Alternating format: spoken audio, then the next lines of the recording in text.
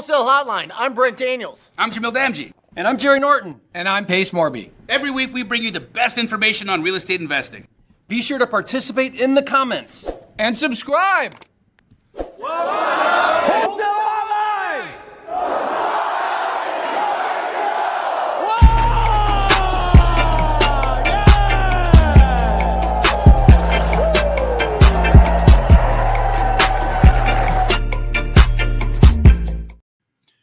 Welcome to Wholesale Hotline number 284.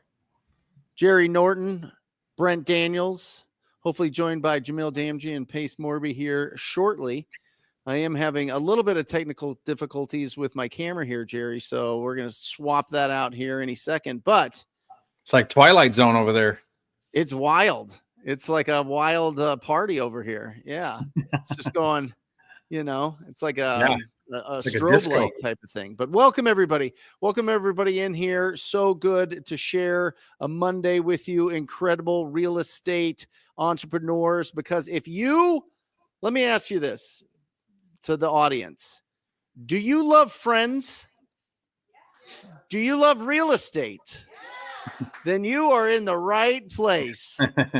That is the absolute fact. If you love real estate and you love having friends and you love squatting up, this is your show, because that's what this is all about. You don't have to know every technique. You don't have to have years of experience. You don't have to have millions of dollars in the bank, as long as you know somebody that does. Right, Jerry? That's right. When you started out, did you have like a Mr. or Mrs. Moneybags to fund your deals, or did you build those relationships? How did that work? Yeah, started like most people, Brent, like you and most people that get into the business with absolutely zero money, zero connections, no credit, no nothing, just hustle. And that was it, just hustle. And that hustle translated into deals. And then the deals got reinvested. And the business started to develop and grow, and it was all developmental. It was all one layer at a time. And it was a slow, tedious, boring process that took years and years, and nothing exciting about it, but it's just show up every day and improve yourself 1% a day kind of thing. And you'll be amazed. In 5 years from now, you're at this totally different place in life than 100%. You are today. Well, and I feel like there's also like a build up, and then all of a sudden there's a huge breakthrough. There's always like a certain year where you just have a huge breakthrough, whether that's just a mindset thing or whether it's just the work that's been built up over time. And then all of a sudden your pipeline of opportunities really start just exploding, right? Yeah, it's the law of momentum. Momentum, it's always hard to create the momentum, but as the momentum picks up speed, then, your 10th deal is easier than your first deal. Your 100th deal is easier than your 10th deal. Things come faster, more natural. Everything starts to fall into place, but it's because you created momentum. Yep. The problem is like momentum in the beginning, it's like 2 steps forward, 1 step back.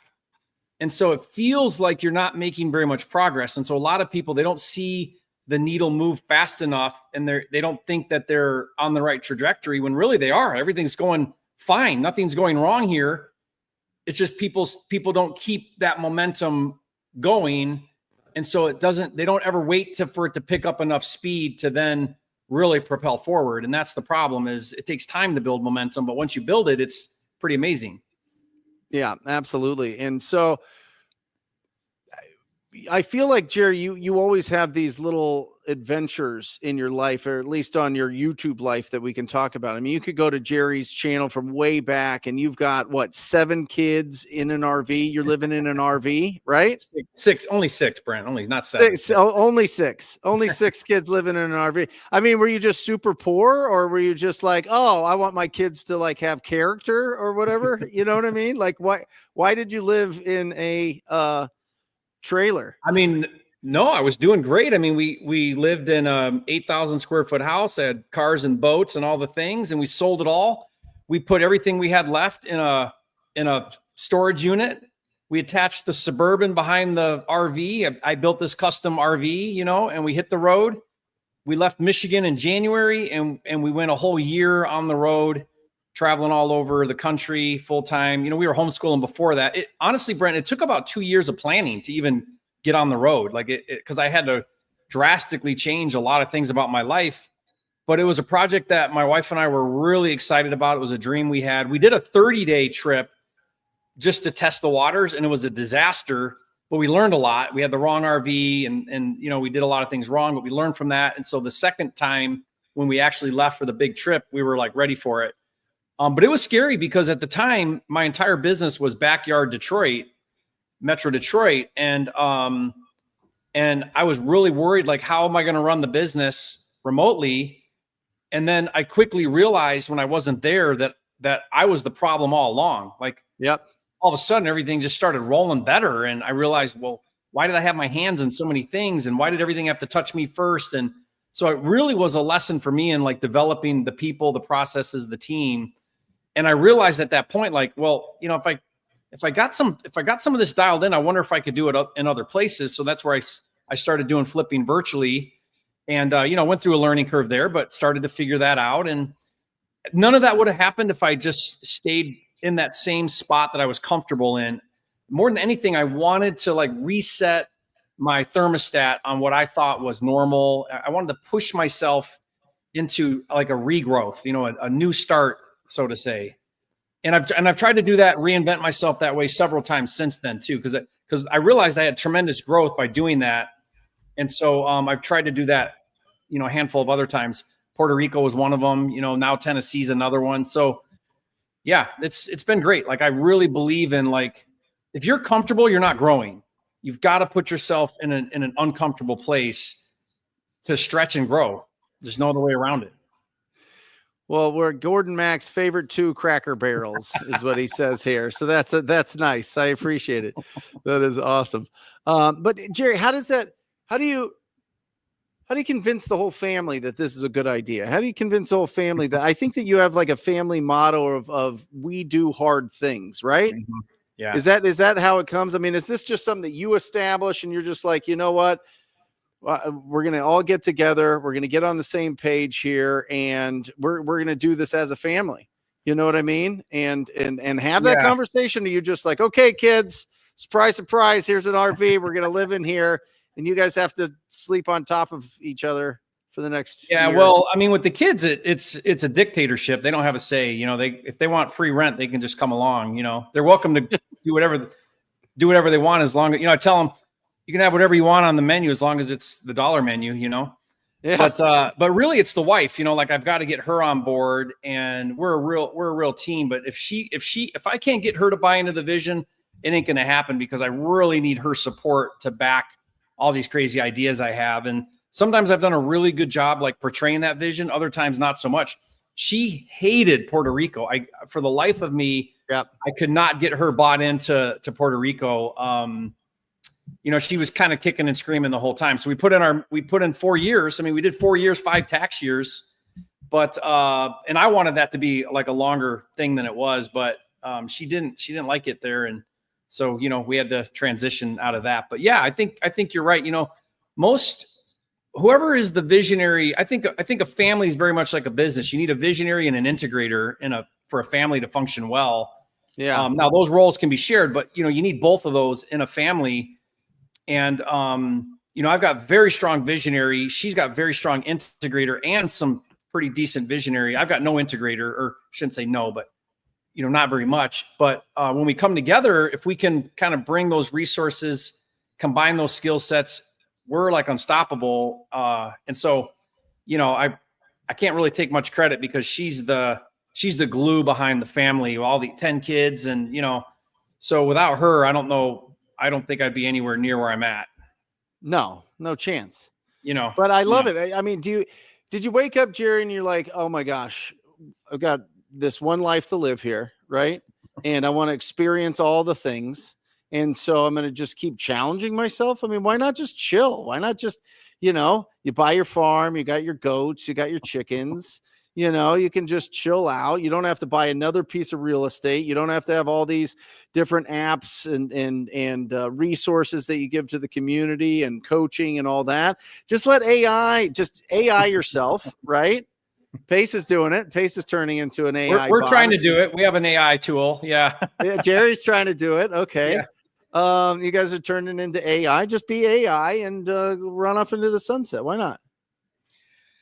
Well, I mean, I think there is a day in the somewhere future where I do want to slow down on the operations side of the business. And you and I have this conversation because you're somebody, Brent, that I rely on people like you that I can bounce ideas off of, and you give me honest feedback because I just know you have a level of experience and you're real with me and stuff. But I do want to move into a role at some point in time where I'm less operational and more strategic in the business, meaning, lending, software, kind of a little bit more on the peripheral, not so much right in the mainstream. Slow down maybe on all the content. I don't know. I just, but I still have a lot of energy, Brent. I love doing it and it's fun.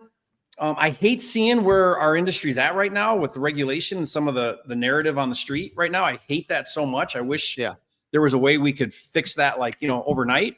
Yeah. But I think like if you don't love what you do, then you're going to wake up and you're going to bring not the right attitude, not the right energy. And I don't ever want to be that way. If I ever don't have the heart for something, I hope I have the courage to change and do something different. Yep. Agreed. No matter how much money you're making. Let me ask you this, guys. This is a question and answer podcast show, friend hangout, community, whatever you want to call it. Make sure that you are chatting in. Make sure you're putting in the chat where you're doing business. Make sure you put in there any questions, any challenges that you're facing. If we're saying something that maybe you're not familiar with in regard to any of the real estate terms that we're talking about, or business terms, please put it in the chat. That's what's going to keep this show going really, really, really smooth and really exciting, and I think bring the most value. So make sure that you guys do that. Also, if you guys don't know, Wholesale Hotline on any of the podcasting platforms has a new episode out 7 days a week. So make sure you check that out. It is, if not the most, probably the second most listened to real estate investing podcast after the big monster that Bigger Pockets is, but we're right under that, which is really exciting for a true like real estate investors speaking about it. And so definitely check that out and give us some feedback on that. We would love that. We would absolutely love that. And if you're getting value, make sure that you hit a thumbs up on this as well. But how up to date are expired listings on PropWire, Jerry? And explain to everybody what PropWire is. Yeah. So if you don't know, PropWire is a seller data software. It's funny you mentioned PropWire, Brent. Today we launched our new membership sites. They went live today. We have 2 different memberships. We have a gold membership and a premium membership. You guys really got to check this out. We've introduced now a lot of AI into the data, which is, I think, the right move right now. And what we've done is we've created 11 new custom lead types using AI. And so what we do is we take a certain type of lead and we use AI to stack on a bunch of filters, update the data real time, and give you really, really powerful leads. Also, part of our premium leads is our exclusive county courthouse leads. So this is like tax liens, code violations, bankruptcy, divorce, probate, stuff that you can only get at the county courthouse level. So we either extract this manually or through, calling the county courthouses, the website, but like it's not data that we can buy in bulk, like all the regular data that people are used to. That's easy to get because you can buy it, right? And we buy millions of this data now in bulk. So the way it works now is there's basically 3 levels. There's basic, which is still free to everybody. We've always wanted it to be free. You can, under the basic level, really, you just create a login, doesn't cost you anything. And you can search and download all of the regular data. I think you can go like 10,000 records a month on the basic free level. It's awesome. You can skip trace individually on there as well. And then the gold package is really cool. It's like $49 a month, but then you get a whole list of additional things. You get skip tracing in bulk. And then there's a premium level, which is $119 a month. And that unlocks even more. You get 10,000 skip traces included with that membership package, which is really awesome. So we've really tried to take PropWire now to like a whole new level with these membership levels. And we're pretty excited about it because we launched it in 2023, so it's been about 2 years, And we have now, I think, 350,000 users on the platform. I think everybody knows about it pretty much. Like if you don't know about it, even if you're using one of the subscription models, like one of the other competitors, most people are still using it, because what I use it for is, even if it's an MLS lead or driving for dollars or PPC, PPL, whatever, is I still do all my research on there, because it'll tell me mortgage data, interest rates. It'll tell me when it sold, who bought it, when they sold it. I can comp on there. So it's not just like data for leads, but it's also a fantastic research tool. So I love it for that. I mean, you should be using it every single day, one way or another, in your business. And again, most of it you can use for free. It doesn't even cost you anything to use a lot of the services. So that's pretty cool. Cash buyers are on there. Any special promo codes? Well, just those new pricing on the gold. So if you go to propwiregold.com, you can check out the gold package. If you go to propwireleads.com, you can check out the premium package. It'll kind of break down those two different things there. And I'm going to be releasing some content this week too, kind of breaking down the differences and what you should do. But I wanted it, Brent, like for no one to have any excuse whatsoever to get leads in front of them, get data in front of them, and be able to start doing deals. And that was the real vision with PropWire, was like, there's no paywall to hide behind. There's no data up charges and all this. And so, here we are 2 years later, and we're pretty excited about where it's gone from then. Incredible. And, today's show is all about cash buyers. You can pull them right on there. Let's talk about some of what would you look for quality cash buyers? Because the cash buyers are going to pull up, and they could be just, people buying a $5 million house. It could be somebody that's just buying a property cash for their daughter or their son or their family or whatever else. So how do we find like the actual investors that we want to put our deals in front of?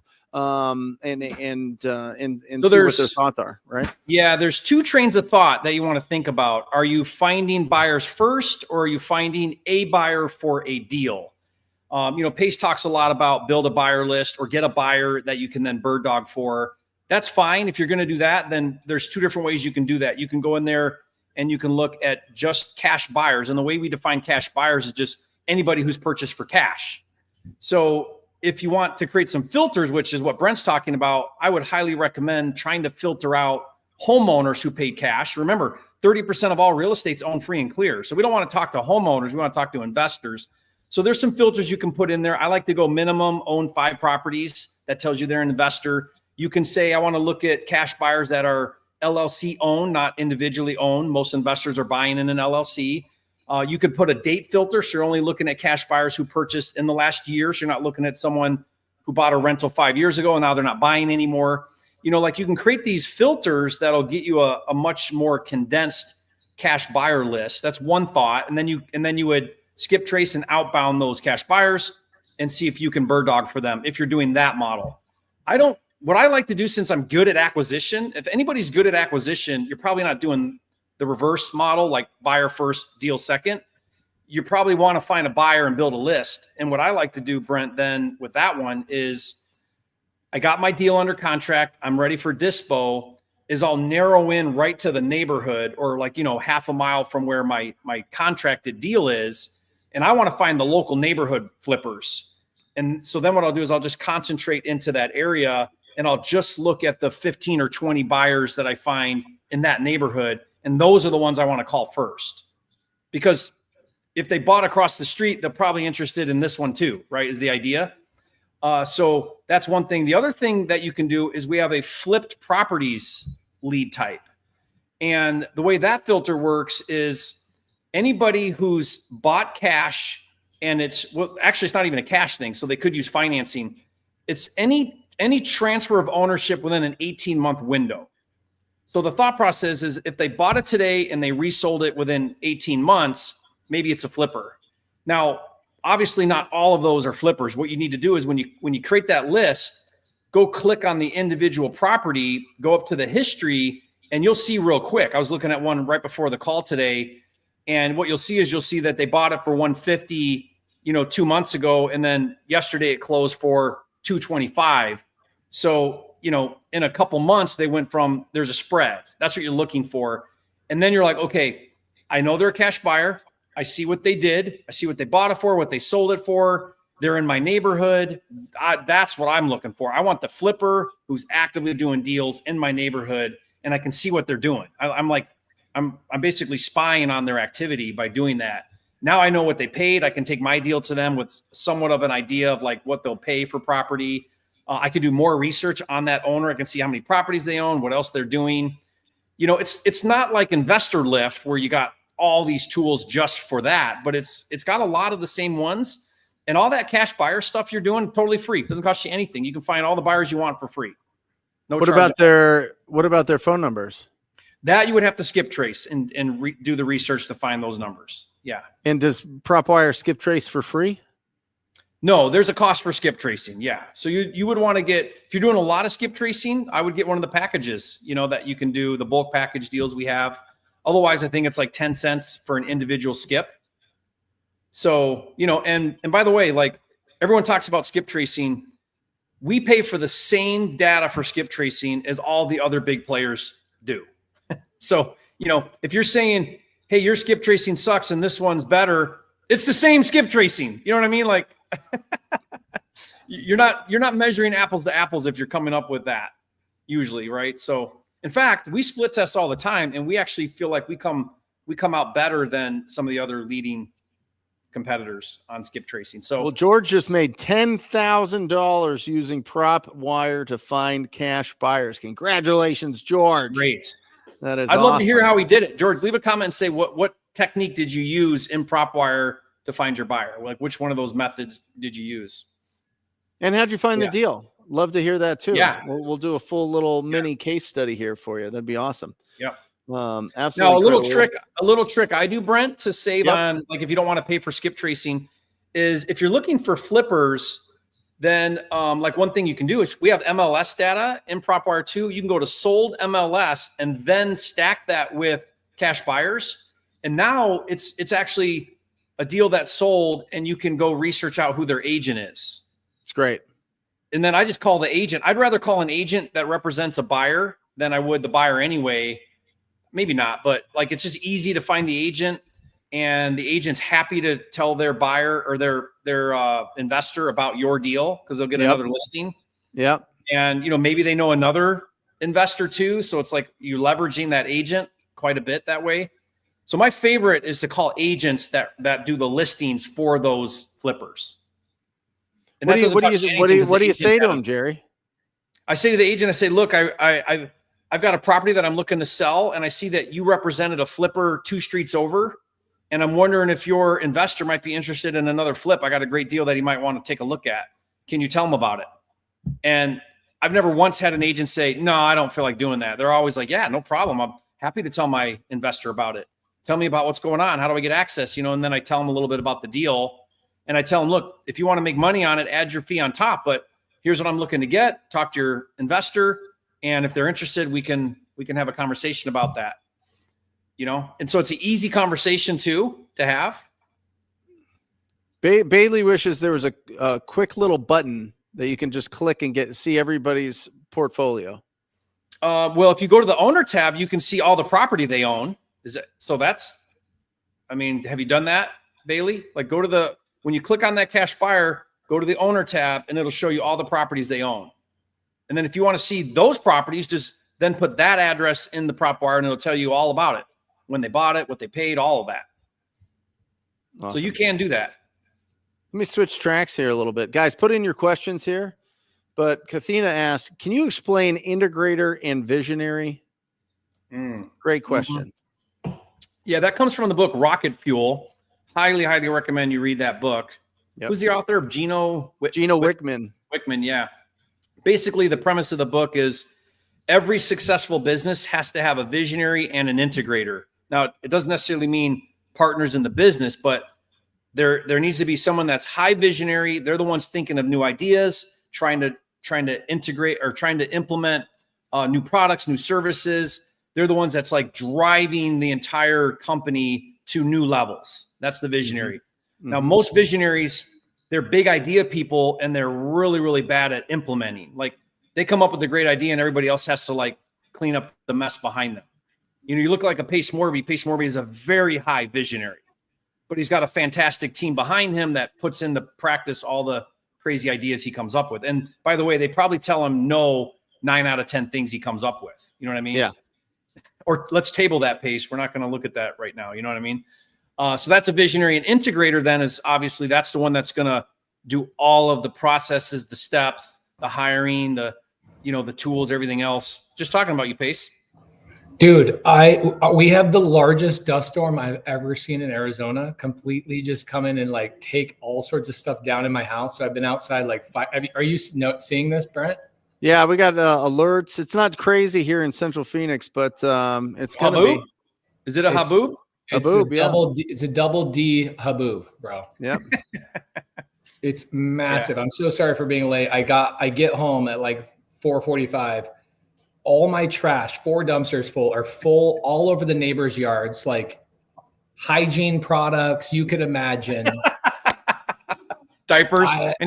Any poopy diapers? Poopy diapers, the whole it's a mess. Trees are knocked down. It's a whole thing. What are we talking about, guys? They probably love it. Visionary and integrator. What is the difference between a visionary and an integrator was the question. Yeah. Pace versus Molly. I really think, listen, it is, I think it's a fallacy that people go, oh, I'm a visionary. Yeah, maybe, but you got to earn it. You got to earn your integrator. You are the integrator. If you don't earn your integrator, you are just you're just a dreamer. You're just you're just in your own head. You're just always going to be disappointed with the outcome in life because you think it should be one way, but you're not putting in the work to make it that way. And then once you get to the point where you've earned the right to have an integrator, hire somebody. You don't have to go 50-50 partnership with everybody. That's what I did growing up. That's what I did. I always played team sports. I always had this, like I loved the team more than the individual performance type of thing. And it was a huge mistake, right? You can hire incredible people that will replace you in the integration standpoint, but you don't have to just partner with them day one because you're lonely, day one because you need a cheerleader, day one because your family and your friends don't understand what you're trying to accomplish. Go out there and earn the right to hire an integrator. Yeah, these are really good points.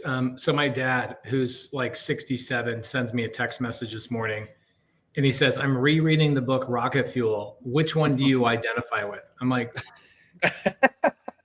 wow. Dad, what are you talking about? Like, what do you mean? What do he's like, no. I know you're a visionary, but like, I guess what I'm really asking you is like, how did you find your integrators and your operators? Like, who are they and what does that look like? So I sent him a picture of my team, and I'll show you guys a couple of the pictures. So I sent him a picture of my team and I said, here's the people that run my business. They trust me. I think visionaries typically, first point Brent made was so good. You have to earn the right to be a full visionary. You have to earn that right. I'll give you a good example. When I started my construction company, there's painters, obviously. I can hire painters, but I needed to prep the house. I needed to sand the baseboards. I needed to pick up the paint, meet with the customer, collect the money, do the things. And then I also needed to prep the house. And so I would prep the house. Then the painters would come in, they do their job. After they left, I took the paper, I rolled it all the way up. I swept the house, I cleaned and mopped the house, and then I collected the check from the client. Well, guess what? I also landed the job, bid the job. I sold the job. That's the visionary's job. But I was doing integrator roles the whole time. I call this hugging toilet. So I found myself multiple times. It's like this lady, I get this job from, paint job. She calls off an ad. I go meet her. This is visionary activity. Creating an ad, integrator. Going to the job site and talking to the customer, visionary. I sell her. I pitch her. I tell all things. I build the rapport, visionary. And then a couple of weeks later, we're wrapping up the job that I landed. And she's like, Pace, where are you? She's walking through the house and I go, I'm up here. She walks all the way up into her bathroom where I'm at. And my face is on the toilet seat and I'm fixing something behind the toilet seat. I'm putting the screws on the toilet seat. And she's like, what are you doing hugging my toilet?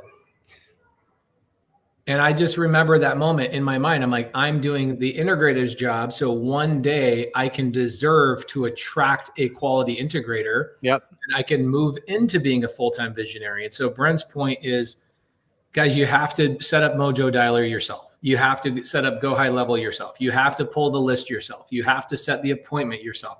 You have to fill out the contract yourself. When I jumped into wholesale, it was the same thing. I literally ran all my ads for PPC, or I found the companies that did it. I did my own direct mail campaigns. I called the mail house. I spent the money. I pulled out my credit card. I did the billing, the bookkeeping. I did the reconciliation. And then I was also in my Prius driving around, knocking out contracts. And, I remember it's like 1 minute I'm spending money on PPC. The next minute I'm in this living room with this lady. And this is one of my best appointments I've ever done. And this lady, we get down to closing the contract. She says, man, I'm so glad you came early because I was going to sign the contract with the next guy. And I was like, who's the guy you were going to sign with? She goes, this Pace Morby guy. He was so charismatic over the phone, but he just this, that, and the other. And I'm like, I'm filling out the contract. I go, don't write your name on the contract, write your LLC on the contract. She was convinced it wasn't even me. And so I was, playing this game of like the visionary, charismatic, closing the deal, doing the thing. But 45 minutes ago, I was running a PPC campaign, being an integrator. Brent could not be more right. You have to do everything in the beginning yourself. Yeah, you're the CEO and the janitor, guys, right. In the beginning. It's a hustle season. It's a rite of passage. It's getting the experience. It's understanding how to run a business here in America. You know what I mean? What value do you provide? Now, if it's all in your head and you're just always thinking, I have great friends, man, great friends that, growing up, they would be listening to Tony Robbins and they would get pumped up and they would get excited and they'd put on their suit jackets to do work from their home office. Right. And they'd be ready to they'd be ready to start making some calls or start doing anything. And then, you know what, I'm going to get more pumped up and I'm going to think about all the things. I'm going to write this whole dissertation on, how great this business is going to be and could be. And then they never did anything. And then they got a job and they've been in the job for their whole entire life. You know what I mean? People underestimate that season. I told this story a couple of days ago on one of my YouTube videos. One day, my daughter-in-law, Britta, my oldest son's wife, we were sitting around the table and she says to me, I just don't want to have to think about money. Yeah. And I looked at her and I said, then you won't have any. Yeah. I said to her, look, in order to change your life, you have to do your 9 to 5. And then after your 9 to 5, you start your 6 to midnight. And your 6 to midnight's your side hustle. And it's all consuming. When you're driving in the car to your job, you're thinking about your side hustle. When you're lying in bed at night, you're thinking about your side hustle. The side hustle cannot become the full hustle unless you put everything you've got outside of that job into that. There's no other way. There's a season where that's what it looks like. Like you've got to make that huge sacrifice for the side hustle to then become something more than a side hustle. Yeah. When I tell people on average, it takes 7 years to become a millionaire in real estate, they lose their minds.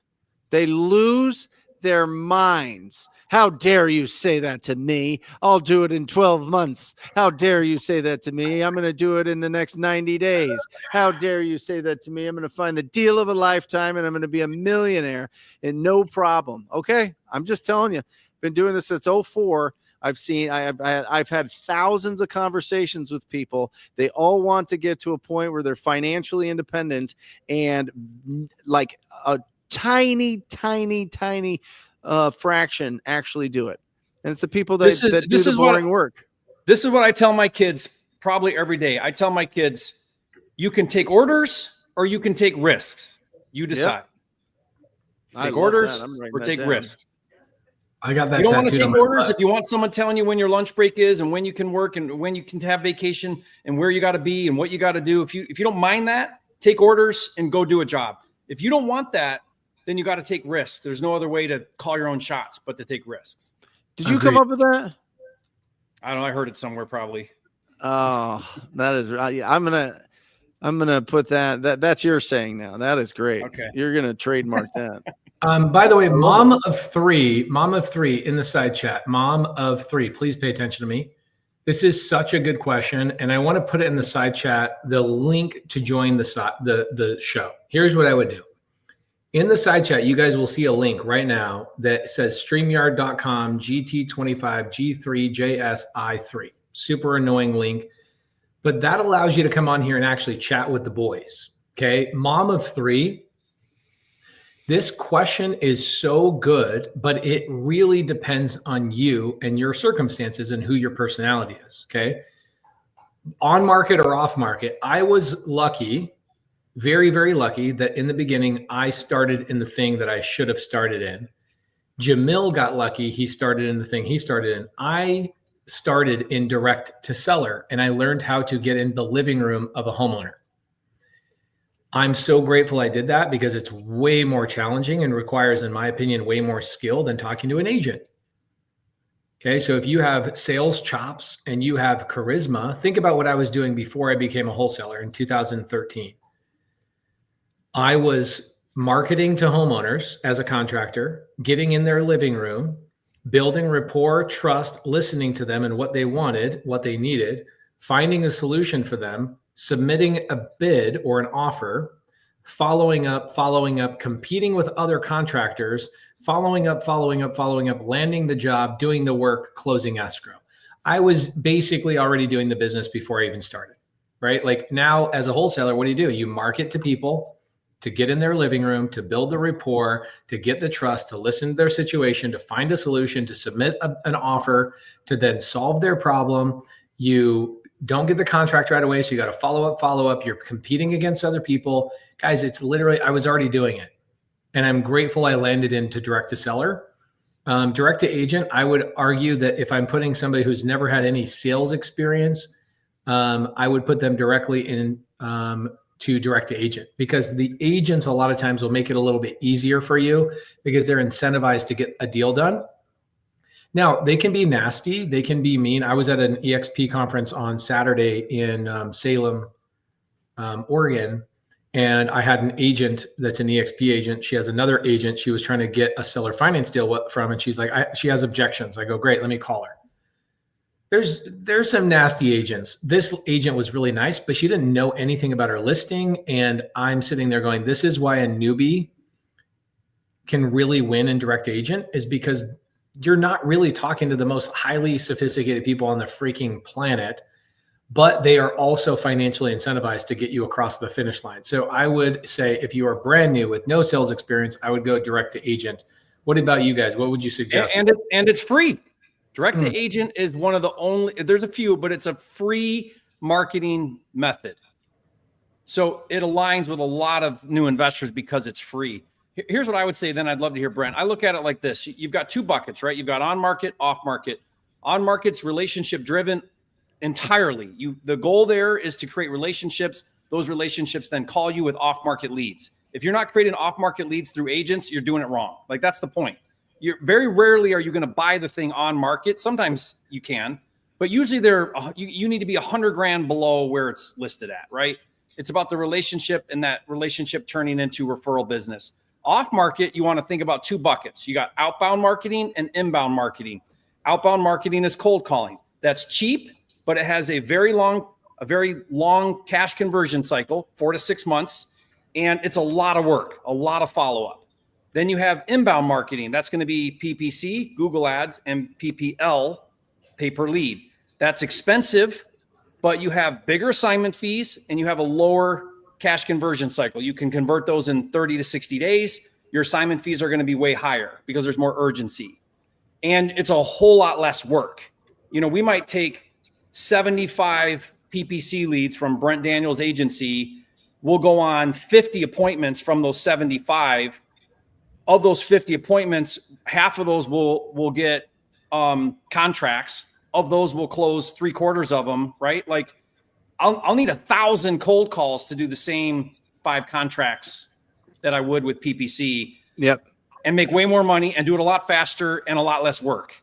But it's going to cost me, $15,000 versus $1,500 in total spend to do 5 deals. Does that make sense? Yep. It's all about your marketing budget and your time, the value of your time when it comes to outbound versus inbound. Mom of 3, welcome. Hey. Hopefully we can get her internet working. Your internet's not working too good right now. No. Shake your phone. Like throw it up in the air. If you have a ceiling fan, see if you can throw it up in the ceiling fan. Did you guys ever do that growing up? Like throw balls up into your ceiling fan and like stuff pillows All day. Yeah. You All probably day. still do it. Is that better? That's better. Yeah, it's better. Yeah. So Mama 3, Perfect. let's start with question number 1. Do you have a budget to spend on marketing right now? Yes or no? We do not. Okay, so I would default to Jerry's answer, which is let's go direct to agent. Or I would even go, here's another thing I really love. I call it the Orbit program, where if I could, for example, think about this. I have a lot of people that come in orbit for me, meaning I'm like the sun and they orbit around me, right? They come in, they go, can I work for you and find a role in your company? Here, I'll show you some people that do orbit with me right now. Some pretty awesome people. Share screen, window, boom. Here you go. So check it out. So this girl on the far left, her name is Trisha Flake. She originally came and orbited for me, meaning she was in my lending business as a transaction coordinator. Now she's like running a whole portion of my business. Same thing with Kelly. She was in charge of certain things. All of these people came into my business and they originally said, I'm a busy mom. I've got a lot of responsibility. I don't want to worry about having to get guidance on a daily basis of how to go build a business.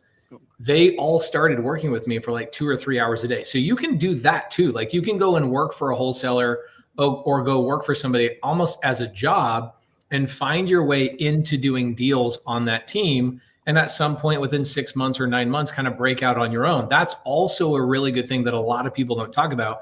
I just call it the Orbit program because you're orbiting my son, if that makes sense. And if you're a busy mom, you have no budget, you almost in a lot of ways want to make sure you're getting paid for some of your work. And it could be as simple as like, for example, I can tell you when Brent started, when I started, when Jerry started, our CRMs, like our customer relationship software, trash or non-existent. Yeah. Piece of pad of paper. If all we had was somebody following up on our appointments or setting appointments for us, and that's all they had to do. Yeah, look, Brent's going to bust this out. You could bring administrative stuff. And if you're a mom of 3, by the way, I imagine you're probably good at scheduling and organizing and communicating better than most. And so there are things in the wholesale world that you can jump into a wholesale business and make a lot of money. One of them being helping out with filing systems and stuff like that to touch deals, learn terminology, but right now make like right now money, if that makes sense. Mm-hmm. You probably are pretty busy, right? Yeah, I have the 9 to 5 and the 3 kids. Okay, cool. So what I would do is, have you ever looked at my YouTube channel about like transaction coordination and how there's a lot of people in my community that make like $30,000, $40,000 a month as a stay-at-home mom as a transaction coordinator? I've seen a few different videos. Yeah. Okay, the one video I want you to watch, I'm going to send it to you guys in the side chat, is Ella Ray. She does even transaction coordination for Jerry Norton. I'm going to give you guys this link. She makes 60 grand a month. And she is like, even now, she sends me texts all the time. Like, I still can't believe I'm doing this part-time. So transaction coordination might be something really good for stay-at-home moms that don't want to risk anything. You don't want to spend money. You want to make money now. And more importantly, the cool thing about transaction coordination is that the wholesalers like a Jerry or a Brent or a me will go out and run into a burning building, closing a contract. But we don't want to look at paperwork ever in our entire life. And we'd pay you thousands of dollars to make our lives easier. So I would go and watch that LRA one. What makes you want to be a wholesaler? So I'm tired of working for somebody else. I just want to be my own boss and provide for my kids. Okay. There's 26 avatars in real estate. Okay. And wholesalers are like basically compile 3 of them. You don't have to be a wholesaler to do it. I think wholesale is probably one of the easiest ways to do it. But here's the thing. It either requires money to get in front of sellers, or it requires time. So you've got, obviously you don't want to spend money. So it's going to be time. You got to carve time out. How much time could you commit to your coach, Brent Daniels, that you're going to get in front of sellers on a daily basis, consistently, 6 days a week? How much time? 6 days a week. I could probably do 3 or 4 hours a day. That's really freaking good. I'm telling you, what's your real name, Mom of Three? Vanessa. Okay, Vanessa. I'm not lying to you when I say this to you. You could do 1 deal a month in wholesale in 45 minutes a day. Truly. Oh. If you locked in 45 minutes a day, one of the first ways you could do that is I would bird dog. I would find a deal for somebody else. If you watch any of my bird dog training. Mm-hmm. Okay, you could bird dog. That's easy. You could do that in 45 minutes a day. You could join somebody else's team for a couple of hours a day. Or hell, why not go door knocking with other people and go after foreclosures? Those are free too. Door knocking foreclosures is like, this is an interesting thing. I don't want to put you in harm's way. I've never heard of anybody getting hurt knocking foreclosures, but I have basically, I can't guarantee this because somebody's going to go out of their way to prove me wrong. But I tell everybody, if you can prove to me that you knocked 100 foreclosure sellers' doors and you can't get a deal, I will give you $5,000. So like if you went and did that, you could do it 2 hours a day, you could knock 100 doors in 3 weeks, you're getting a deal. Like foreclosures, if you're knocking the door, you are getting a deal. So you could go that route and that takes a couple hours. The best thing, where do you live? In California. Okay, but California is like the state of, like the size of a country. It's like where in California? Right outside of Barstow. So southern-ish California. Okay, Barstow. So that's like Palmdale. Yeah, right around Palmdale area. Okay, cool. So here's what I would do. I would either go into my free Facebook group, which is Creative Finance with Pace Morby, or the Wholesale Hotline Facebook group. And I would type in the word Barstow, okay, in the search bar. Like literally here, watch how easy this is. Let's show you how simple this can be, okay? Free resources are built all around us all the time, and we build cool things for you guys. So let's go to my Creative Finance Facebook group. We go to this little search bar. Let's type in Barstow. Okay. Please, for the love of goodness, have a bar. Okay, there we go. So Majid is in Barstow. Mary's in Barstow. These people are doing Mary Barstow. They've got deals under contract. Okay. Giancarlo, he's in sub 2. Gustavo, all of these people are in Barstow. What I would do is I would go and reach out to these people and go, hey, I'm in the same city as you. Can I go door knocking with you? Can I go find deals with you? What are you doing to find deals? Can I participate? And I would go and shadow them like today. I would go do that. All right. Sounds good. Okay, perfect. Yeah, and I think, listen, Jerry, you were hitting on it with on-market properties. There, with any conversation that we have with property owners or agents, you're really trying to understand 4 things, right? The condition of the property, their timeline to sell, their motivation, and their price. Well, when you have a property that's listed, you know what price that they'll accept. You know that they do want to actually sell the property, which is huge. You know the condition of the property because it's there, and you know their timeline is probably as soon as possible. So really the only thing you have to figure out is if they can't get that price that they have it listed for, what's their plan with it? Which is another way of asking, what's their motivation to sell this property, right?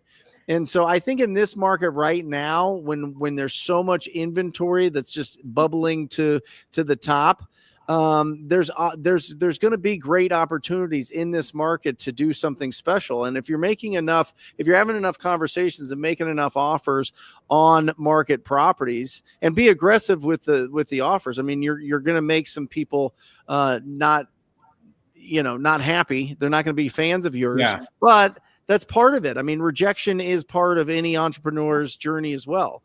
And so the more rejection that you get, the better that you're going to be at at really finding the right people that you can work with in your market. And I think that if you're in Barstow and you're looking at all those properties that have been listed over 90 days, start calling up the agents and start making some offers, or ask them that beautiful, second question. If they tell you that they'll never accept a low offer on the property that you're calling about, what other listings do you have? What other properties that you're going to be listing coming up, or that you currently have, that need some renovation? They need some love, and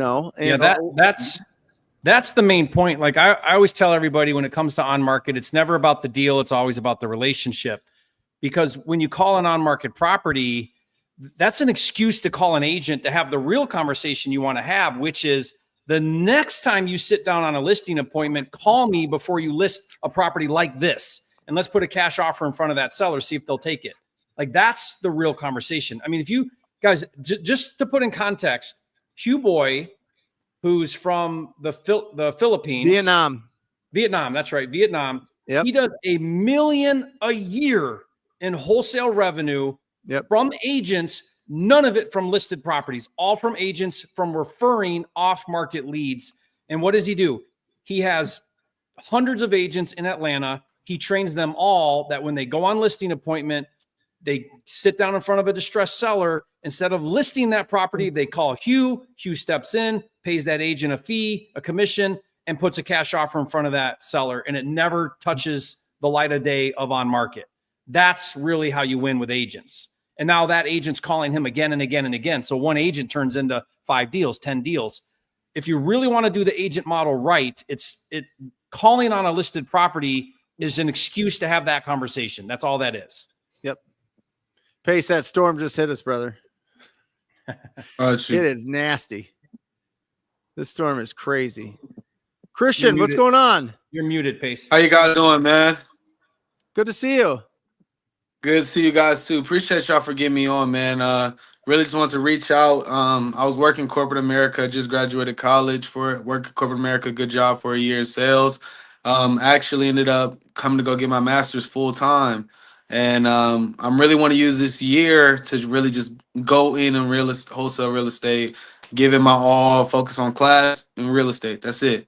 And really get to a point where I don't even have to go back to corporate America the way I'm really closing deals and all that. I've just invested. I got some lists. I got $1 and been doing that. Not too much traction, and just wanted to know, do you recommend just kind of sticking to the low expenses of just really staying on this $1 because I do have time, or start to kind of invest some money into some of these buying pre-qualified leads? And if so, what do you recommend in those type of situations? Brent, how big's your budget a month for marketing? I'll say I can comfortably say I'm willing to overall have like an account of like 5,000 to put into wholesale right now. Okay. But that's not a month, right? That's just over time. That's just like what I feel like. Like at least I'll put that into the end of the year. Like I would say, like to go to December, that would be kind of what I would be comfortable to invest in the wholesale real estate right now. I think older properties built before 1995, 2 years or more tax default, right? Or tax delinquent, right? They owe the property taxes, is just a phenomenal list to just stay super focused. I would probably get it from your county if you can. We have a website here in Arizona where you can just pull it up and see all the properties that owe property taxes. But the reason people usually owe property taxes is because they own them free and clear. And if it's an older property that's owned free and clear, something's going on there. Either it's a vacant house that's just been sitting there for a while, or, maybe somebody just inherited the property and they're trying to figure everything out, or it needs to go through a probate situation or something there. I think being really, really focused on the highest level or the absolute best leads possible you'll do phenomenal. I've got some incredible people in the Rhino tribe in my community that are making an absolute fortune right now. Just staying really, they're going more quality over quantity. So that might be something that you consider, Christian. Okay. Got you. Yeah. That's the biggest thing. I don't want to waste this year I got, Yeah. That's the biggest thing. So I'm just invested. I ain't been going out. I'm living and stuff. So I just want to be able to get time with you guys about that. Find the older properties that have been owned for a while and owe taxes, because they're going to be free and clear, and they're usually empty, and they're Where do you live? great deals. Yeah. So right now I'm in DC right now, but I've been kind of hitting up a few of my fraternity brothers had a lot of success in wholesale, and in Virginia, he kind of took me under his wing and is like, hey, do my cold calling for me right now, and when you get leads, kind of send them to me, stuff like that and everything. Like I know it's in the pudding because I mean I got off the phone with him today and he literally cashed the $81,000 check today. Yep. So you get a lot of motivation to hit the phones and just keep going when you see stuff like that, you know. You should go to my YouTube channel and look up Eugene Latson, Latson, and he should have his contact in the podcast. He's in the DC Maryland area, and he is phenomenal. You should listen to that podcast. Now you say Eugene Latson? Yep. Got you. Yeah. Make friends with him tomorrow. Tonight. Like for real. Or tonight. Yeah, for sure. He's incredible. Absolutely incredible. Yep. Got you. I would, Brett, Jerry, I was going to go to you. I would say, I don't think cold calling yourself personally is a very good use of time.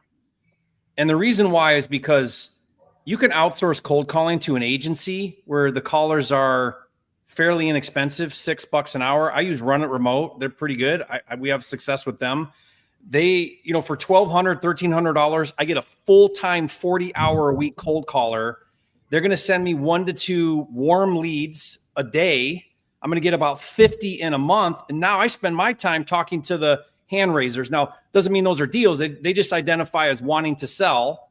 And now I'm spending my time trying to close the 50 that the cold callers generated. And it cost me $1,300 or whatever for a whole month for one cold caller that should generate about 50 leads a month. So are you worth $6 an hour? If you're worth $6 an hour, go ahead and cold call. If you're worth more than $6 an hour, don't cold call yourself.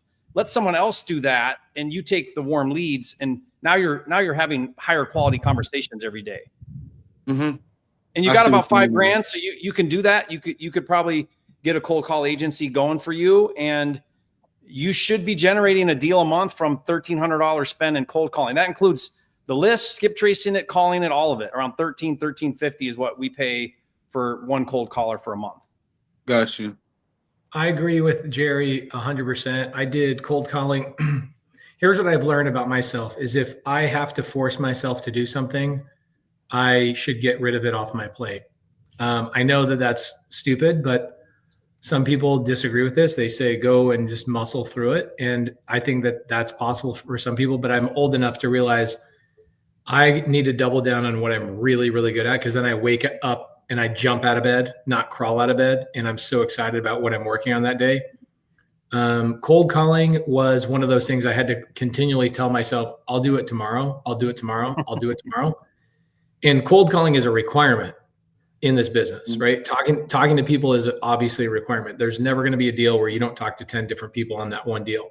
And when I hired virtual assistants, it changed the game for me. There's even companies out now that are doing the cold calling for you for like $1,000 a month. You can get, 400 leads a month from like a company called prop.ai. They're a good company.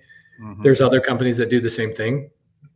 And they do AI appointment setting. So they call sellers.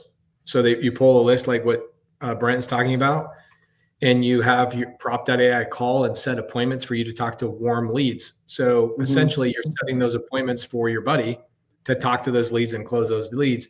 You're basically just teeing him up. I think that that's a good way to do it. Before you said you were working with that person, and before Brent said, go to Eugene Latson on his YouTube channel. My suggestion was going to be, you're a dude. And dudes are wolves, and we need to be in a pack of wolves. So if you're not hanging out with people and making money, it's the number one thing you have to change. So you've already done that. Good job. The second thing I would do is anybody that's out there that's like, I need physical proximity to other people in this business. YouTube's great. Podcasts are great, but I need physical proximity. This is a selfish promotion. But if you guys go to Jamil and I are doing something we've never done before. It's absolute insanity. We are going to all of these cities right here in person. And we're back. Look at this. Starting in October, I will be on the road all the way through March. And Washington, D.C. is on that. Virginia, I'm going to 2 places in Virginia, Philadelphia. Like I will be around 5 cities around you. Go to creativenationtour.com, RSVP, and make sure you get updates on it. What we're doing is exactly what you're basically going to be struggling with if you guys are brand new. What are you going to be struggling with? Connections to real people. So what Jamil and I are doing is we are doing a meetup in every location. We are calling and texting everybody we know in our communities, Brent's communities, Jerry's community. Like I am calling and texting everybody. And we are going to do an average of 500 person meetups in over 100 cities. That's 50,000 people that I will meet in 100 days. My voice is already beat up, but this is going to be another level that I've never encountered. And what we're doing at these meetups is the first 2 hours is we are getting people paired up on teams and calling agents and showing you a free way to go generate leads that doesn't cost you any money. And we're going to be doing that for 2 hours and show you how fast you can go 0 to hero in just 2 hours. And it's going to be live demonstration. And then there's going to be networking and food at the end, completely free. Nothing to sell. I don't even have merch to sell. We are just going to go on a mission to show people collaboration and show you how to connect with people in your city. So go to creativenationtour.com. Yeah, you'll see us there. You'll see us in every one of those cities. But you're doing the right thing. You found your friends. You got people there. And cold calling is a requirement, dude. Like the second I got cold callers, holy crap, bro, TTP all over that shiz. I was talking to people like crazy. So Pansy, yes, thank you. Mo says, I'm tired of this BS. So Mo's E, I'm sorry for whatever the BS is that we're committing. What BS? Who knows? Jax Acosta Rubio. What's up, Mr. Rubio? How you doing? What's up, boss? How you doing? Really good. What do you got for us? How can we help you? Nothing, man. Honestly, I just didn't realize my camera was on. Not gonna lie to you guys. I was really surprised when I saw myself up there. I was like, hey, that's a good looking guy right there.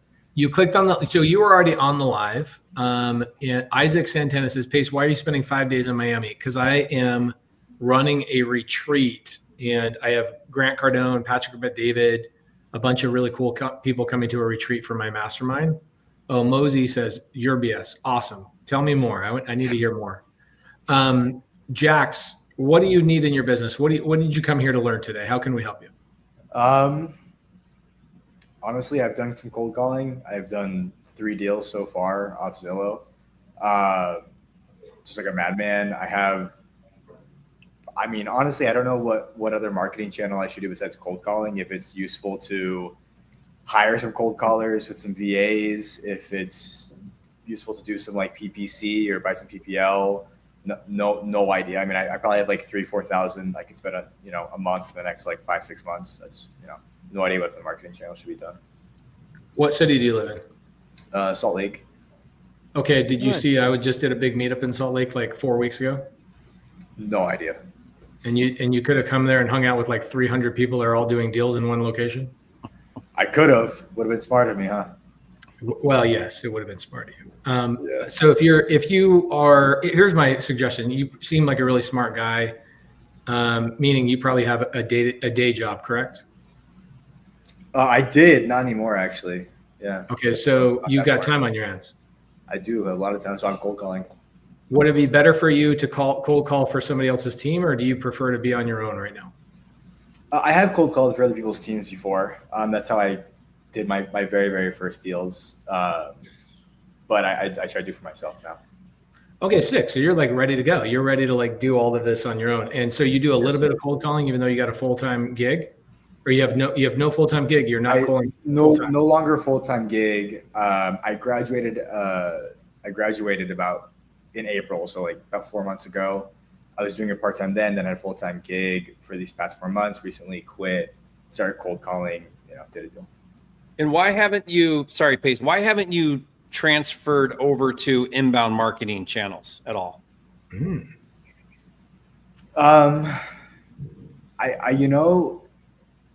It honestly could be fear, to be quite frank with you.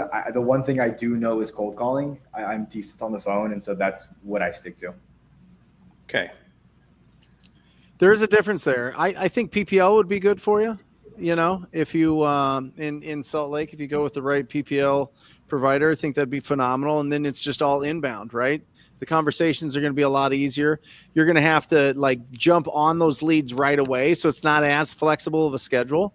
So it just depends on if you want to have more control over your schedule and just be proactive, or, you know, react as soon as those leads come in. So that's going to be a question you have to answer.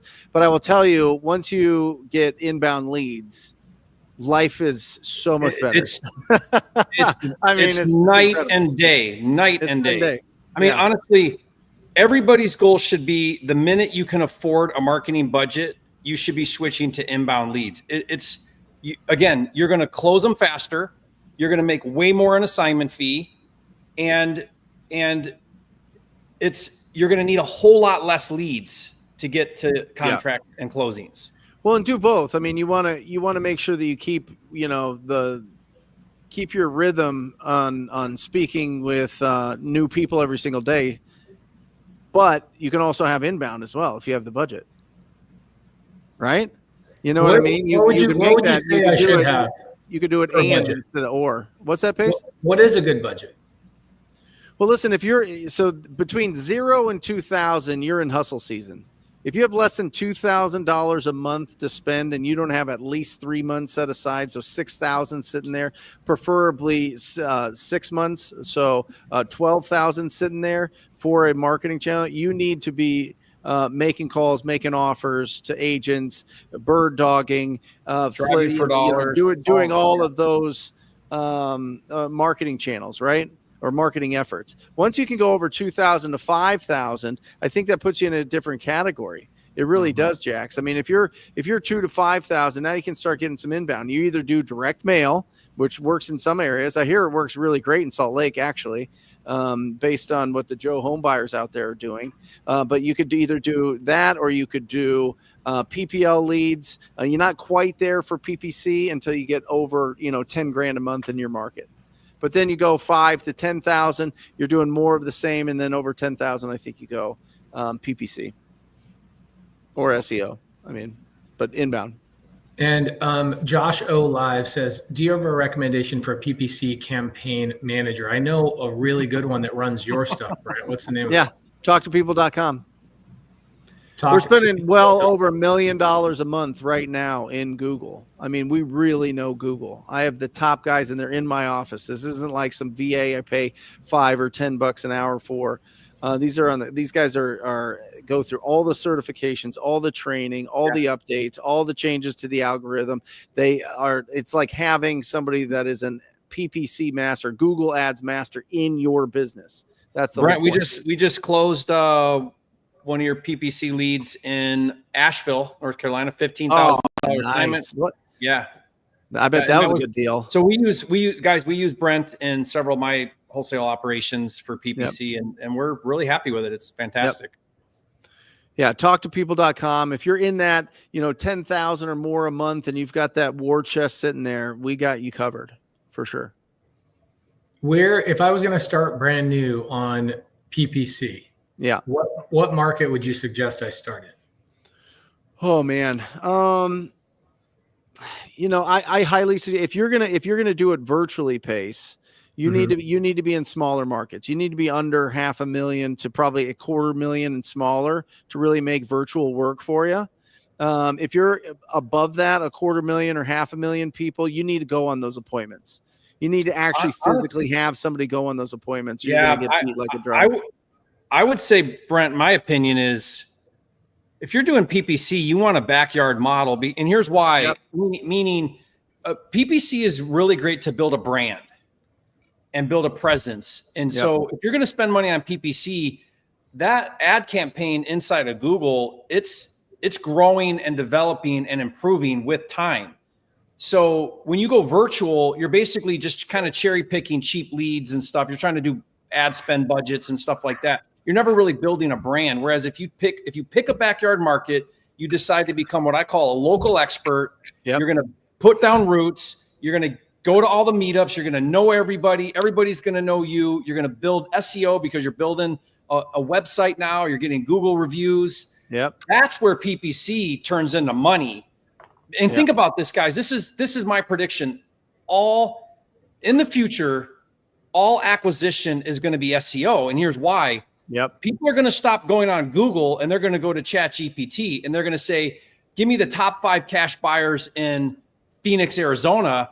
And who is ChatGPT picking for those top 5 wholesalers? The people with the biggest presence locally that are doing SEO because they have a presence. Yep. Yeah. Yep. And they really went local markets. markets. Yep. Yeah. They're going to get all the deals. I just brought on the top SEO guy in the country. You wait, Jerry. I know. I'm going to make you even richer. I think virtual wholesaling is actually very short-sighted going in 2025 and going into the next 5 years. I think if you really are going to excel at wholesaling, you got to build a market presence somewhere. Pick it. I don't care where. I mean, you can live virtually, but like this whole nationwide thing, I think that's going to be extremely challenging. And again, why? Because ChatGPT is going to replace Google, and ChatGPT is only going to serve up the top producing referrals, right? References that are doing SEO and have a presence. And a quality presence too. There, you can really screw it up. It is a crazy journey. We're getting in my backyard markets. We're getting every single deal we close. We meet the seller. We get a referral, a video that goes on the website. Like, we want Google to rank us. Yep. And we're going to play the long game, and we're going to do the work to get ranked on Google. And once we're ranked on Google, it's game over. And it's game over because we're going to get all the business now. Yep. SEO stands for search engine optimization. So when you do a search, and you look at Google, there's going to be sponsored ads. There's going to be maps, which is Google My Business, which is the next section. And then there's the organic rankings. What SEO does, if you're really good at your local market, puts you in the maps and in the organic rankings. And some people will not click on sponsored ads. They just don't trust it. They'll only go down to the non-sponsored ads. And if you're in all 3 places, it's game over in a local market, especially some of these smaller markets, Jerry. Holy cow. Yeah, because guys, you got to think about it. It takes a lot of work to get on page 1 of Google, right? Yep. You just got to, because Google's only going to put you on page 1 if you're the real deal. And they know how to find out that you're the real deal. So if you invest, become the real deal, you're on page 1, you're getting all the business, and it's free now. You paid the work up front, you're on page 1, you're getting all the free clicks. Look at Mark, Joe Homebuyer franchisee, 57,500 assignment tonight. Mark is killing it. Mark is great killing job. it. Mark's incredible. Yeah. What mark is it? Congratulations, Mark. Tulsa, Oklahoma. Yeah, Mark's one of my partners. He's fantastic. Mark, what contract are you on? He's on like he's on like 57 or something contracts for the year. Solo, one-man show out there in Tulsa. Just phenomenal. It's incredible. Phenomenal. Yep. Yeah, I think with any marketing channel, guys, you got to set aside at least 3 months to 6 months. Every marketing channel should have a 6-month runway. And that'll really help you to understand what kind of ROI you'll get on that money. But again, marketing is an investment, and marketing, like you were saying, you can take orders, or you can take risks. Marketing is a risk, and you can minimize those risks if you're really, really, really good at responding instantly to any leads that are coming inbound. That's what marketing is. Marketing is getting those inbound leads, right? So, is wholesaling still legal, Jerry? I heard so many things about it. Oh man. Yes. Here's the thing, guys. Distressed seller buying distressed properties at a discount will always be a thing. Always. There will always be sellers that want speed and convenience for a cash offer, or they're willing to wait to get some or all of their money. That's creative finance. Like, an opportunity for us to acquire deals is always a thing. So when someone's like, is wholesaling a thing? Well, the real question is, can I be a real estate investor? Can I buy discounted property or property at a deal? And can I make money in real estate? Yes. Now, how we do that's going to change, and it's going to continue to change. But it's going to change anyway with technology and the market shifts and interest rates and regulations, whatever. Things are always going to change the way we do it. But as long as people live in houses, we have a business. And our business is, how do I find the deals and monetize those deals? That's our job. That's all we do. As long as people want to take an illiquid asset and make it and get their cash out of it, that's where we live. That's where we live. They get listen. They can we pass tell any people law they want. They can pass any law they want, right? And we're going to make money because you'll always be able to acquire good deals that you monetize. Always. Yep. Because buyers determine value. The buyer determines if you. We tell this every single call, Jerry and Pace. Every single call, we let them know you can get more if you decide to put this on the market with an agent. Okay. You will absolutely get more if you list it on the market with an agent. What can we help you do? Are you looking to get this done fast? Are you looking to get this done? Like what is your goal with this property? And they tell us, I don't like agents. I'm embarrassed about the property. I need my money out of this in 3 days or 7 days or 12 days or 20 days or whatever it is. And they want it done right now. That's where we live. It's not the people that want full market value. It's not the people that have pride of ownership. It's not these old grandmas that are sitting there and they just don't, I don't know what I'm signing type of thing. It just never happened. I mean, maybe some scammers out there take advantage of that, but you can't sleep at night, and success is a good night's sleep. So, I mean, we're dealing with properties that people want to trade it in, like they trade in a car, or like they go to a pawn shop and they know that their sweet electric guitar is worth $1,200, but they're willing to take $300 right now because they need the cash. And I've been there, and I've been to those pawn shops, and and I have sold the things to pay for gas or pay for insurance or pay for car tags or pay for daycare or whatever it was. You know what I mean? I've been there. So, with people having the freedom to sell their assets for whatever they want, that's incredible. That's the world that we live in. Now, are there rules and regulations? Yes. Understand them, follow the rules, and decide what strategy that you're going to implement in the areas that have more regulations and more rules. And you're going to win because there's going to be less competition there. Carlos says, hey guys, I've been overthinking offer numbers, still getting the hang of pulling comps and locking down accurate rehab costs. So I'm not 100% confident on the numbers yet. I can tell you, Carlos, you are not talking to actual buyers to verify your numbers and your offers. What I would do is I would find one buyer at a meetup that's actually buying deals, or I would go on PropWire and find a buyer that is actually buying deals based on public record. And I would ask your buyer to tell you what he would be offering on these houses so you can get a full education from the person who actually determines the value. The belief system of you're going to learn how to comp a property entirely on YouTube, wrong, not going to happen. Your buyer's going to tell you what that price is. Okay.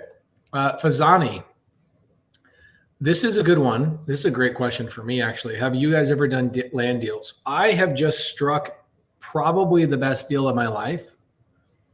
I am building, I'm on path to buy my first 20 lots to go and build my first 20 car washes on my way to my first 500 car washes. I just partnered with a billionaire who sold his car wash company to Warren Buffett in 2016. Jerry, you just met him the other night. We went on a triple date.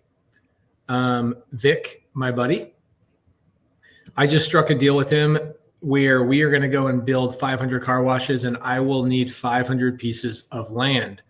For those of you guys in sub 2 or Gator or top tier TC, tomorrow night, I have a training with Vic, my billionaire buddy, talking about the land that we will be acquiring.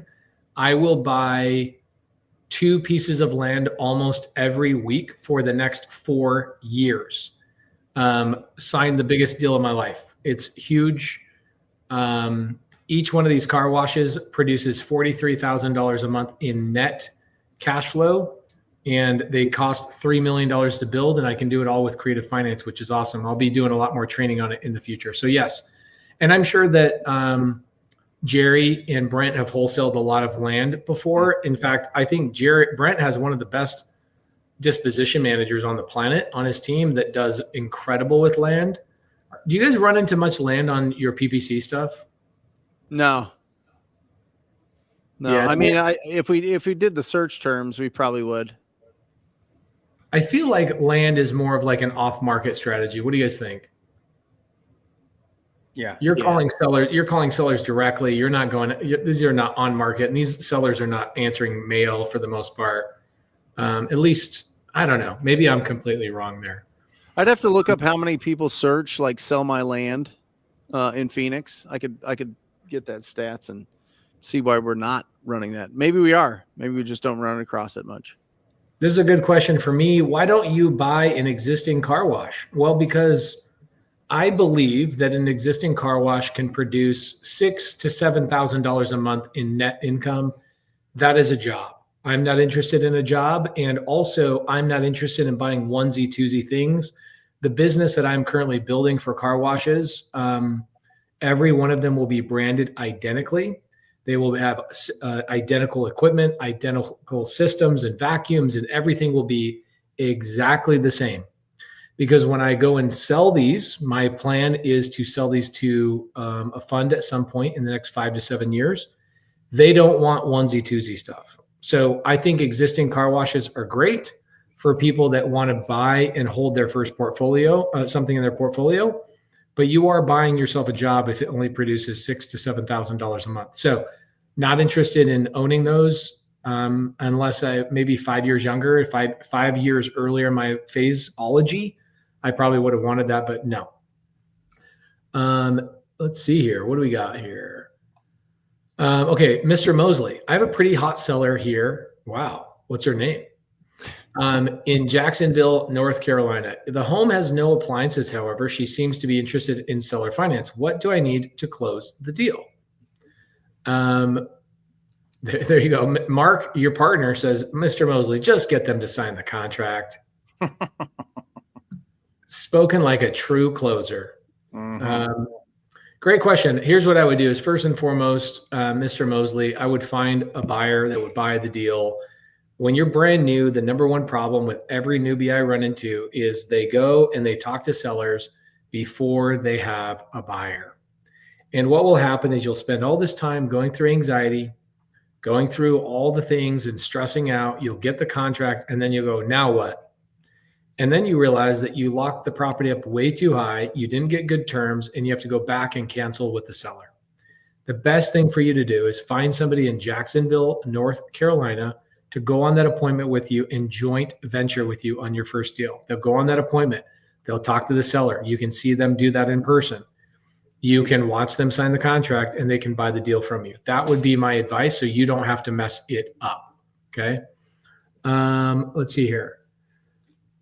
How can I get the contract standard purchase and sale agreement, or should I just hire a real estate attorney? Pacescontracts.com, I think, is the name of mine. Brent, do you have one? Oh, yeah. TTP Insider. TTP Insider. Mine's TTP has a talk to people. And I think Jerry has one too.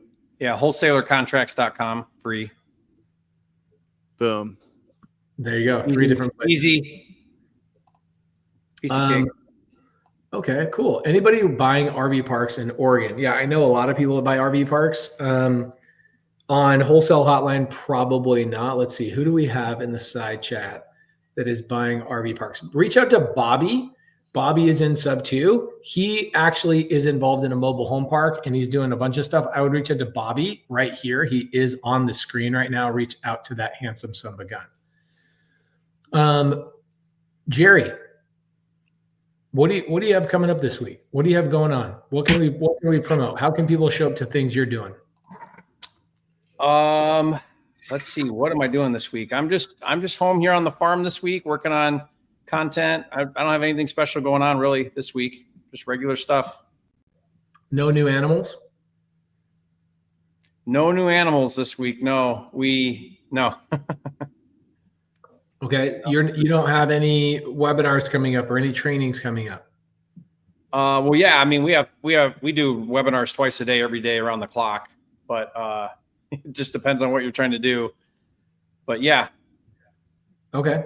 Brent, what about you, brother? First and foremost, let's talk about your PPC company. A bunch of people in the side chat. What's the name of the PPC company again to get started on maybe running my own ads? Yeah, talktopeople.com.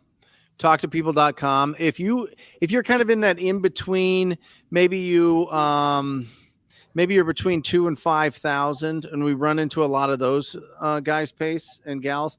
I think understanding and learning how to run Facebook ads and Instagram ads is really, really a great way to get you to the next level. And we do a great job with a done with you training for that my guy, Jesse Pearson, teaches. And he's spent millions through Meta and Facebook and Instagram. So I would encourage you guys to check that out. That's talktopeople.com/Facebook. talktopeople.com/Facebook. It's absolutely incredible. And the people that are in there are getting incredible results. And if you're in that, if you're now in those big budgets and you're ready to get the absolute best, fastest, highest quality leads, it is pay-per-click. Intent-based marketing. There's nothing like it. Then Facebook ads, mailers, TV, all that, not even close to PPC in the intent and the speed of which they're ready to make a decision. So definitely that should be the end goal for everybody, to get to that and to learn how to use and leverage Google. And we got a live show. Wednesday, the Brent Daniels YouTube channel. I encourage everybody that's on here, if you have subscribed to Jerry and to Pace and Jamil, come join us on the Brent Daniels YouTube, and vice versa for everybody that is subscribed to the other ones and haven't subscribed to all of them. Literally between the 4 YouTube channels is probably, I don't know what people would have charged, not 40 grand, 50 grand for, a 6-month mentorship type thing. Right. So definitely back in the day. So definitely go and check out all the material that you have there. You have everything that you need. And I will not be here next week on the show because it is September 1st, and that is my 44th birthday. And I will be up at the cabin enjoying that with family. So there we go. I love it. It's so freaking hot down here, dude. It's 120 freaking degrees. It's insane. I can't believe we just got used to just living in this. It's bonkers. Well, not right now. Right now, it's like we're freaking in Puerto Rico. Yes. Speaking of Puerto Rico, I will be also going to Puerto Rico on my tour. Guys, go to creativenationtour.com. Text me your dates so we can plan that. Yes, I will be with you on Thanksgiving on the farm. My wife and my kids, we're pulling my kids out of school to go on the road for 5 straight months. My goal is to meet 100,000 people in person. If I don't need throat surgery after this tour, then I did it wrong. I want to meet you in person. I want to put you on a team every single night. We're going to be doing a local competition, state by state by state by state, to see what state can generate the most offers, the most contracts, and have the most fun. And it is completely free. Our sponsors are paying for it. I got off the phone with the CEO of Monster Energy last week. Talked to his girl, who is the global philanthropy director, and they are fueling our trip. They want on the bus, it's got to say fueled by Monster on by the muffler. And they're going to supply drinks and merch, and they're going to pay for all the fuel for the trip, which is really cool. So you're getting free Monsters out of it? Yeah, free Monsters. They go, come to our warehouse. You won't even need to sleep. You can just drink Monsters the whole time. I know. And so for those of you guys why did he get Monster to sponsor the trip? Because I like Monster. That's why. Okay. It has nothing to do with real estate. Face's favorite is the orange one. Yes. And so they're sponsoring it. We got a couple of other sponsors. So that allows us to not charge for meetups, not charge for anything, not have to sell anything. We just want to meet everybody and pair you up with people, because the number one thing that's going to keep you from being successful is not being attached to a tribe, not being attached to other people in your local market. It's great to be on YouTube with us. It's great to be a part of this, but really you got to be part of one of our communities or see us in person and see how it all works. So creativenationtour.com, go in there and RSVP. Wholesale Hotline episode 284. Are you kidding me? I wanted to talk only about PropWire today and buyers. Can we move that to maybe next week? I want to call buyers, and I want it to be like an episode where we call buyers and we get a couple of buyers, so I can use this episode over and over and over when people DMing me and say, how do I find buyers? I just want to go, we'll watch this. Are you wanting, let's talk about it. Are you wanting to call buyers to set up bird dog relationships, or you want to call buyer? What's your goal with that? How do you want to do that? Yeah, that'd be great. I want to call, basically what I want to do is call these buyers and say, hey, I noticed that you buy properties in such and such location. Okay. I'm brand new to real estate. I don't know anything, but I do have friends that do wholesale deals, and I want to bring those wholesale deals to you. Would you pay me a fee if I found wholesale deals to bring to you? Okay. Yeah. That's essentially what I want to do. And I just want to get some yeses, like, yeah, absolutely. I'll buy deals from you. That's all. Let's prep so we have people ready maybe to even call. That way we're not wasting time. If you want. I'm down with that. Yeah, I think people want to be entertained, sadly, on YouTube rather than like seeing how it actually works, where it's like sometimes you go 20 minutes where you can't get a hold of somebody and then you feel like you lose the audience. That's what I'm worried about if we do that. But yeah, everybody in YouTube right now, go on Instagram and DM me and tell me whether you would prefer us to pre-set up calls with buyers so you can just hear us talk to as many buyers as possible.